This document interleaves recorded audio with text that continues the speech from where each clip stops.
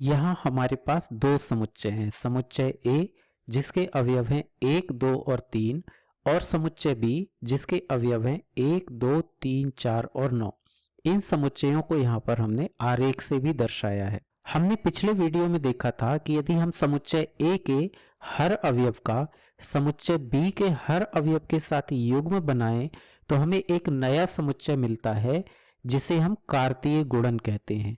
तो ये जो समुच्चय है ए और बी समुच्चयों का कार्तीय गुणन है। यदि हम समुच्चय ए के पहले अवयव 1 का समुच्चय बी के हर अवयव के साथ युग्म बनाएं तो हमें यहाँ पर ये पहली पंक्ति मिलती है जो है 1, 1, 1, 2, 1, 3, 1, 4 और 1, 9। इसी प्रकार यदि हम समुच्चय ए के दूसरे अवयव 2 को समुच्चय बी के सभी अवयवों के साथ युग्म बनाएं तो हमें ये दूसरी पंक्ति मिलती है। और इसी प्रकार समुच्चय ए के तीसरे अवयव यानी 3 का समुच्चय बी के हर अवयव के साथ युग्म बनाने पर हमें तीसरी पंक्ति मिलती है यानी कि 3, 1, 3, 2, 3, 3, 3, 4 और 3, 9। तो ये जो पूरा समुच्चय हमें मिला है इसे हम बोलते हैं कार्तीय गुणन। ये ए और बी का कार्तीय गुणन है जिसे हम अंग्रेजी में कार्टेशियन प्रोडक्ट भी बोलते हैं।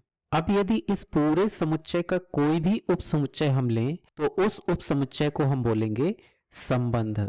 उदाहरण के लिए मान लीजिए कि हमने ये 4 अवयव चुन लिए अपना उपसमुच्चय बनाने के लिए, तो इन चारों से जो हमारा उपसमुच्चय बनेगा वो इस प्रकार होगा। ये उपसमुच्चय ए का बी से एक संबंध है। इसका मतलब ए का बी से संबंध ए और बी के कार्तीय गुणन का एक उपसमुच्चय होता है।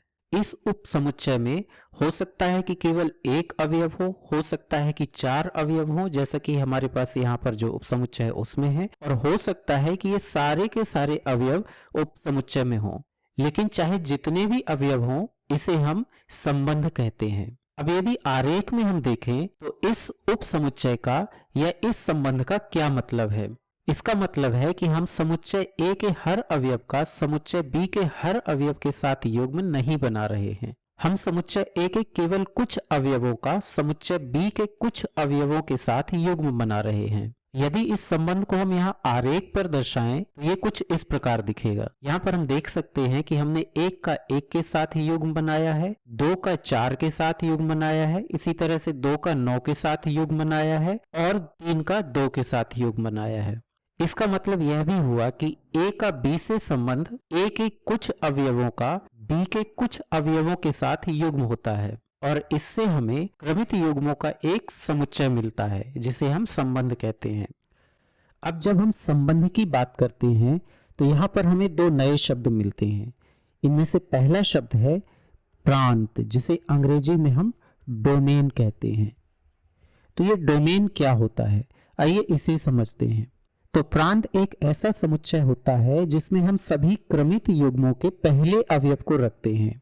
उदाहरण के लिए यदि यहाँ पर हम 1, 2 और 3 का एक समुच्चय बना लें तो ये हम देख सकते हैं कि ये क्रमित युग्मों के पहले अवयवों का समुच्चय है, तो इसे हम इस संबंध का प्रांत कहेंगे।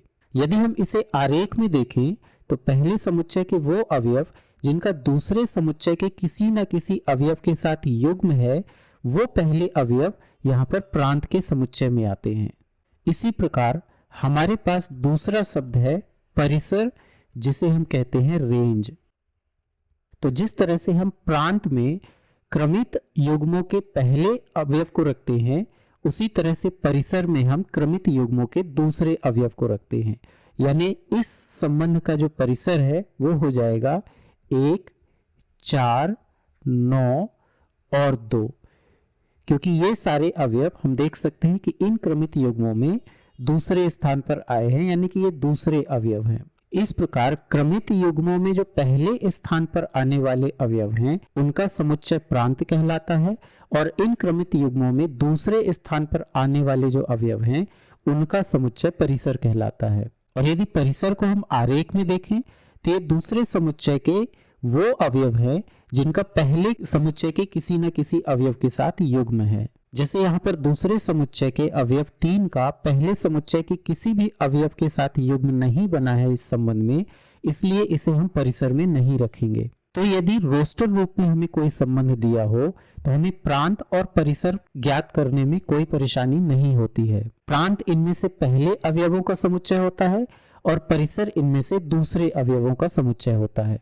लेकिन यदि ये संबंध आरेख के रूप में दिया हो तो चूंकि कुछ अवयव प्रांत और परिसर में शामिल हो सकते हैं या नहीं शामिल हो सकते हैं, इससे हमें प्रांत और परिसर को पहचानने में थोड़ा परेशानी हो सकती है। चलिए इसे एक प्रश्न हल करके और अच्छे से समझते हैं। मान लीजिए कि हमें ये दो समुच्चय दिए गए हैं और हमें इनका प्रांत और परिसर ज्ञात करना है। तो प्रांत ज्ञात करने के लिए हम इनमें से पहले समुच्चय को देखेंगे, क्योंकि प्रांत क्रमित युग्मों के पहले अवयवों का समुच्चय होता है। अब यहाँ हम पहले समुच्चय में से केवल उन अवयवों को लेंगे जिनका दूसरे समुच्चय के किसी न किसी अवयव के साथ युग्म है। तो यहाँ पर ऐसे अवयव हैं 2, 7 और 12। तो ये हमारा इन समुच्चयों से संबंधित प्रांत है। इसी तरह से यदि हमें परिसर ज्ञात करना हो तो परिसर के लिए हम दूसरे समुच्चय से अवयवों को लेंगे। यहाँ हम उन अवयवों को लेंगे जिनका पहले समुच्चय के किसी न किसी अवयव के साथ युग्म है। तो ऐसे अवयव यहाँ पर जो हमें मिलते हैं वो हैं 3, 8, 11 और 14। तो ये परिसर है। प्रांत और परिसर को समझने के बाद आइए हम अपने इन समुच्चयों को एक बार फिर से देखते हैं और यह समझने की कोशिश करते हैं कि जब हम एक समुच्चय के कुछ अवयवों का दूसरे समुच्चय के कुछ अवयवों के साथ युग्म बनाते हैं तो इससे जो हमें समुच्चय मिलता है उसे हम संबंध क्यों कहते हैं। तो इसे संबंध कहने का कारण यह है कि ये जो हम संबंध वाले समुच्चय बनाते हैं यह वास्तव में किसी संबंध को संतुष्ट करने के लिए बनाते हैं। चलिए इसे एक उदाहरण से समझते हैं। तो मान लीजिए कि हमें यहाँ पर एक संबंध दिया गया है जो समुच्चय निर्माण रूप में है।